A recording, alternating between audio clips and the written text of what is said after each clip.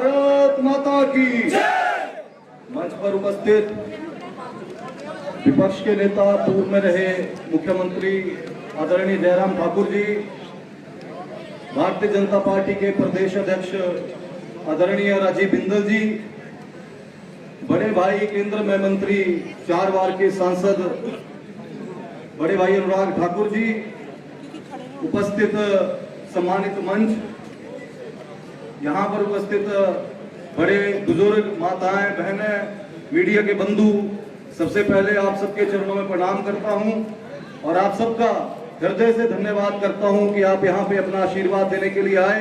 आप सबका तहे दिल से बहुत बहुत आभार और धन्यवाद। आज तीसरा नवरात्र भी है और सभी को नवरात्र की भी बहुत बहुत बधाई देता हूं, शुभकामनाएं देता हूं। महामाई का आशीर्वाद सब पे बना रहे और माता रानी के चरणों में छोटी सी स्तुति से अपनी बात को शुरू करूंगा।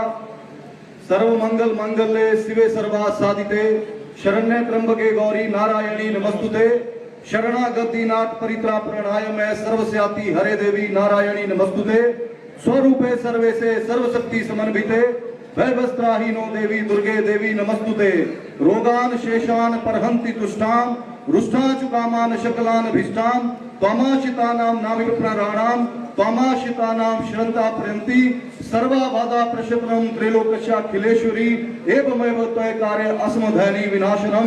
जय करा शेरावाली माता दा बोल सच्चे दरबार की। पार्वती पते हर हर महादेव, पार्वती पते।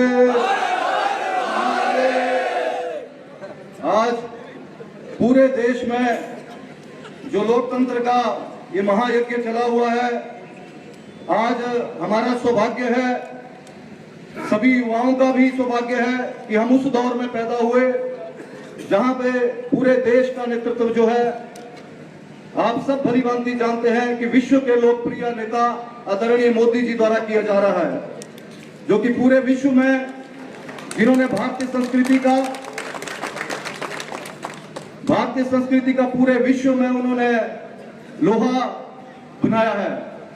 और आदरणीय अनुराग ठाकुर जी आज यहाँ पे आए हैं।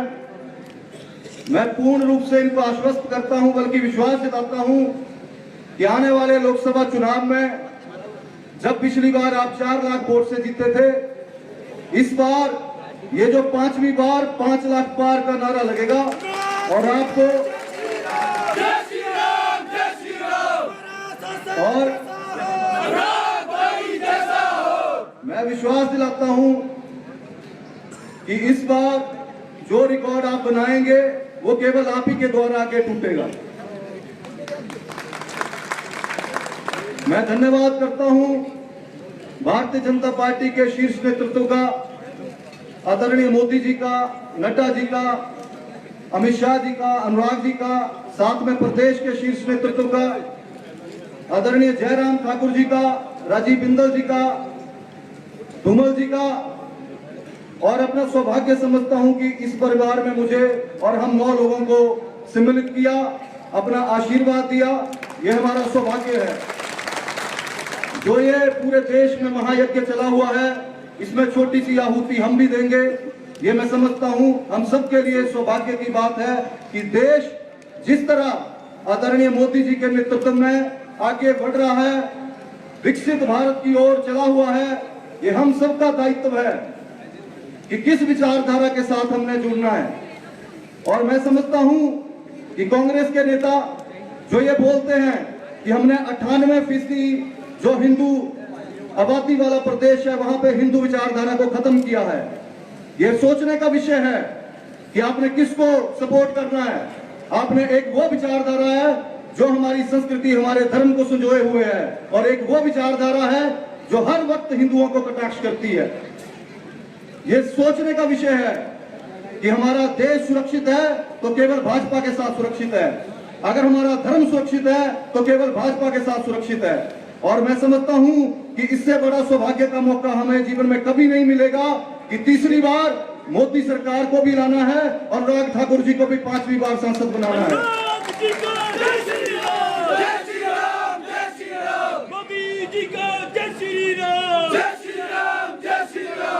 पिछले दिनों में भी जो प्रदेश की राजनीति में घटनाक्रम हुआ है उससे भली भांति सब जानते हैं किस तरह का उथल पुथल राजनीति में हुआ है। राज्यसभा के चुनाव में वो कैंडिडेट उतारे गए जिन्होंने राम मंदिर के खिलाफ केस लड़ा। आप बताइए, मैं आपसे पूछता हूं, क्या हम लोग उनको वोट दे सकते थे? हम 9 लोगों ने निर्णय लिया कि हम वोट नहीं करेंगे और ना हमने वोट दिया, और जब 34 भी हुए तो भी उस प्रभु ने अपनी उपस्थिति दर्ज की और हमारे जो कैंडिडेट थे आदरणीय हर्ष महाजन जी वो विजय को प्राप्त हुए।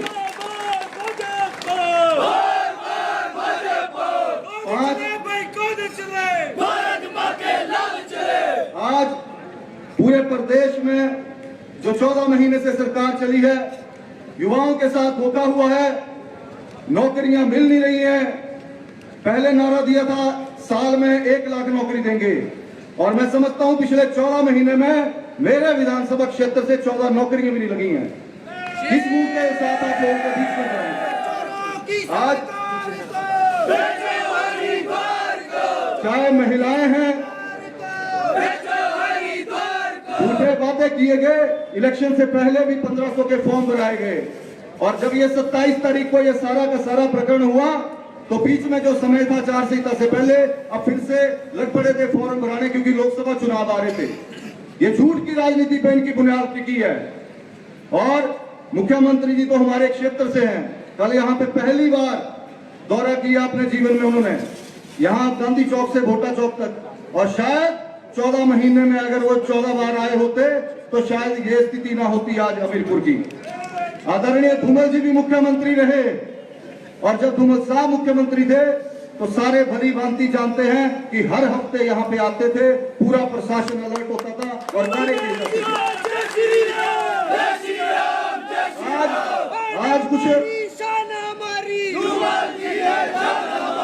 आज कुछ लोग ये बोल रहे हैं कि मुख्यमंत्री है हमीरपुर से है। मैं तो ये समझता हूँ ये केवल चुनाव लड़ने आते हैं मैदान में, हमीरपुर से इनका कोई वास्ता नहीं है।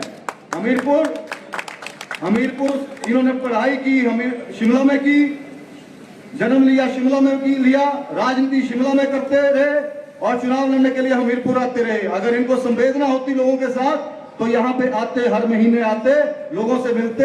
और मैं यहाँ पे इंद्र जी भी बैठे हैं, गवाह हैं, मैंने गाड़ी में कई बार मुख्यमंत्री जी को बोला कि आप महीने का एक दौरा कीजिए और ताकि लोगों के काम हो। अगर हमें ये निर्णय लेने पड़े, इन्होंने प्रताड़ित किया, जलील किया गया। जब इनसे मिलने जाते थे तो ये समय नहीं देते थे, और ये जो लोकतंत्र की हत्या है इन्होंने की है।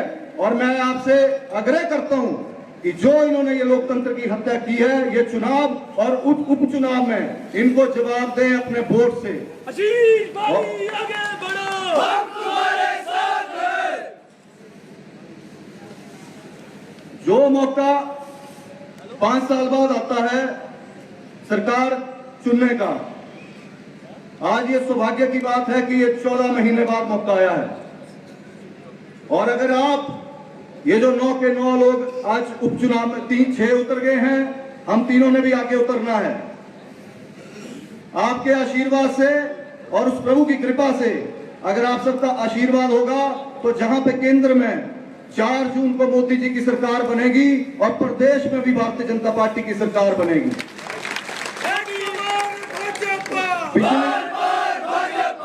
पिछली सरकार की ठाकुर जयराम जी के नेतृत्व में सरकार की, चाहे वो हिमकेयर की योजना थी, सहारा पेंशनें थी।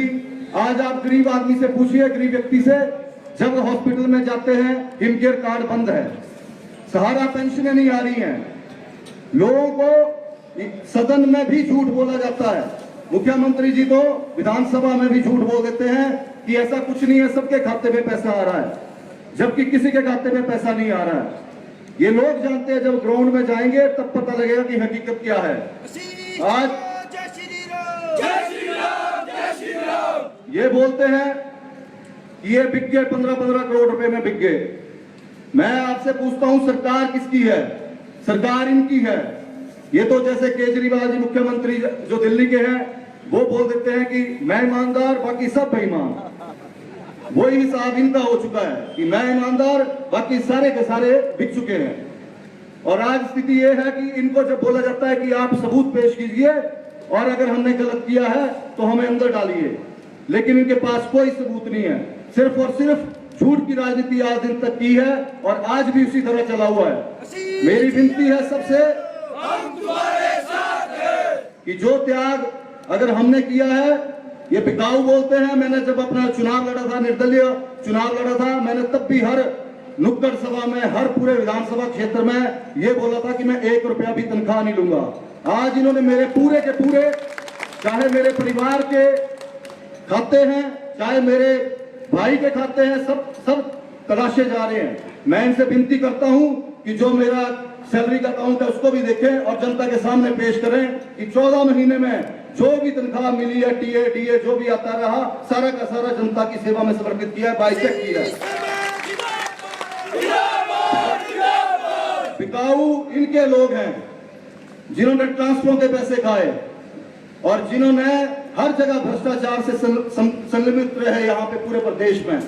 मैं ज्यादा नहीं समय लूंगा क्योंकि मंच पे बहुत सारे हमारे नेता हैं जिन्होंने अपना अपना वक्तव्य आपके समक्ष रखना है, लेकिन मैं एक गुजारिश जरूर करूंगा आपसे कि पिछली दफा पूरे हिंदुस्तान में सबसे ज्यादा वोटिंग जो है भारतीय जनता पार्टी को हमारे प्रदेश में हुई थी 69%।